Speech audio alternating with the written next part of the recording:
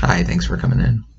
So as you know, you took 4 assessments sort of based on some of the issues that you came in presenting with, so namely some of those feelings of depression, hopelessness, and anxiety that you discussed. So I wanted to go over the results of those assessments with you and then sort of talk about where we can go from here and what we can do. So as you know, you were administered the Beck Depression Inventory, the Beck Hopelessness Scale, the Beck Suicidal Ideation Scale, and the Beck Anxiety Inventory. So those are 4 assessments that are sort of designed to gauge how you're feeling in terms of depressive symptoms, sort of feelings of hopelessness, maybe some suicidal ideation that you may have been experiencing, as well as anxiety. So we'll kind of go over each of those.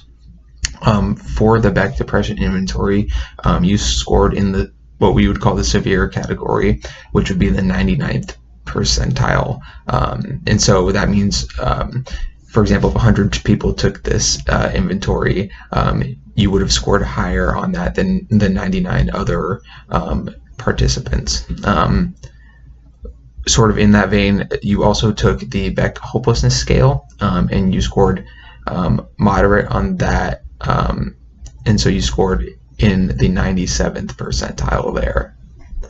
On the Beck Anxiety Inventory, you scored moderate again, and you scored in the 96th percentile of scores. And then on that Suicidal Ideation Scale, you did score low on that.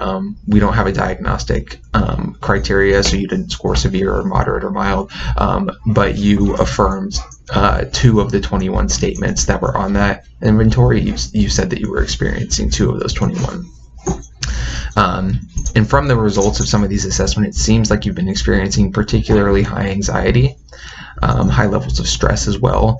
Some of the symptoms that you stated that you were feeling on the anxiety inventory were things like feeling unable to relax, difficulty breathing, chest pain, things like that, which are some symptoms of some pretty high anxiety. And so it's possible that high level of anxiety is connected to some of those feelings of depression or suicidal ideation. Since your score was a little inconsistent between the Suicidal Ideation Scale and the Depression Inventory, I would like to re-administer that Suicidal Ideation Scale. And since you did score so high on the Depression Inventory, I would like to safety plan with you and sort of create a plan to do, on what to do if you're sort of feeling high levels of depression or maybe suicidal ideation. So I'd like to keep you here while we did that, and then sort of see where we could go from there.